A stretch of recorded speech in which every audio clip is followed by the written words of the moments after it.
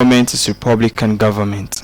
A Republican government is that which has an elected head of state by the people.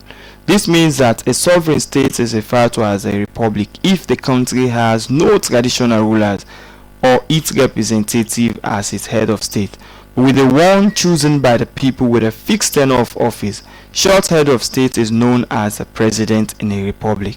So the president may be an executive president or a ceremonial president. So a Republican government is that it's saying it has an elected head of state. It's not like in the case of the monarch we've recently discussed, because in the monarch, what happens, the head of state, the queen is both the head of state and head of government, but he comes to power through hereditary, so therefore he's not an elected head of state. But in a Republican government, the president is an elected head of state, and therefore it is a sovereign state. So for countries that has no traditional rulers, countries that don't have king or queen as their head, it's normally referred to as a Republican government, because the head of state comes to power. It is being chosen by the people with a fixed tenure of office, and short head of state are known as president in a republic. So the president may be an executive president or a ceremonial president. That happens with a Republican system of government. So you know there is a dichotomy between a monarchy system of government and that of a Republican. So let's look at the features of a Republican system of government. One, the head of state, known as a president, is elected by the people. Then a republic must be politically independent. For you to be referred to as a Republican state, you must be politically independent. Then of course, members of the legislature in a republic are directly elected by the people. So members of the legislature, the members of parliament, are directly elected by the people, the citizens. Then the functions of government in a republic are performed by officials and not traditional rulers. So in a Republican state, the functions of government are performed by government officials and not traditional rulers. There exists political and legal equality in a republic. Everybody is equal. When you look at in the monarch system, they refer to those institutions as natural institutions, that they have divine rights, which means they are exclusively meant to be ruled by few people.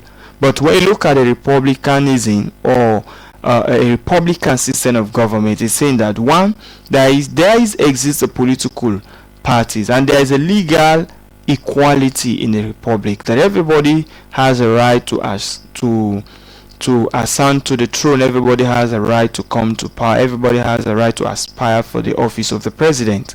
It's not exclusively meant for a particular family or called the royal families.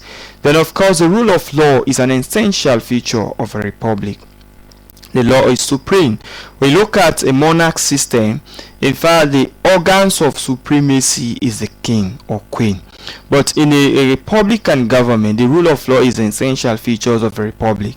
They also have a popular sovereignty in which the ultimate powers of the state rest with the people, is another essential features of a republic, which is not common with a monarchical system of government. So therefore, if you are still new to this channel, you can still click on the subscribe button. So when you look at a republican system of government and that of a monarch system of government, you discover that the dichotomies are: one, the head of state is known as the president, whereas in a monarch system of government, both the head of state and the head of government is known as a king or queen. Then of course a republican must be politically independent. So you must have gained independence. You must not be colonized by another country and you've not gained independence. You're still referred to as a republican. That's why like countries in West Africa, they only attain to the position of republicanism after they've gained independence. We look at Sierra Leone, it's up to 1971 when Sierra Leone became a republican state. Then of course the functions of government in a republic are performed by officials and not by traditional rulers. So that is why in a Republican state or a Republican government, there's an appointment of ministers, because these are the people who performed official duties and not traditional rulers. Of course, as we said earlier, there is an existence of political and legal equality in a Republican state, because one, there is the existence of political parties, there is the existence of equality, that everybody has a right to aspire for the office of the president. It is not exclusively a birthright for certain people, as in the case of the monarch system. You discover that in the monarch system of governance, some of these rights are exclusively reserved for certain people, and that is more the reason why they call them their natural institutions. So therefore these rights are exclusively meant for them. Then of course there is a popular sovereignty, in which the ultimate power of the state rests with the people, and it is an essential feature of a republic. The ultimate powers of the state rest with the people. The people owns the power.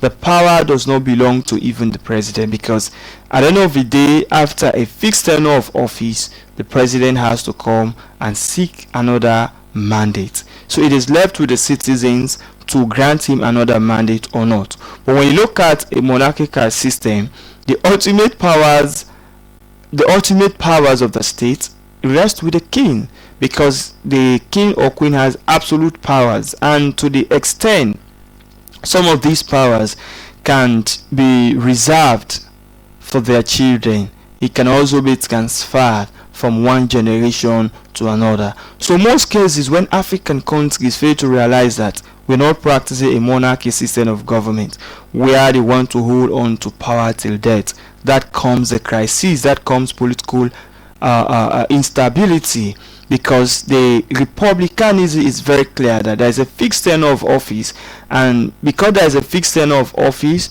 you must know that having ruled for 1 term or 2 term, like in the case of many countries in their constitutions, you are no longer qualified to rule anymore. But you have those leaders who may want to even manipulate the constitutions and want to transform themselves into lifetime presidents, when the constitution made provision for the types of government we practice is a republican system of government. So if African leaders, they're very clear with regards to what types of government we should practice, they will now know that these powers, these institutions are not referred to as natural institutions, that they are not referred to as divine right, that you have to rule till death, or you can even transfer those powers from one generation to another. So they are not reserved for it. So that is why the popular sovereignty, in which the ultimate powers of the states rest with the people, is a very important feature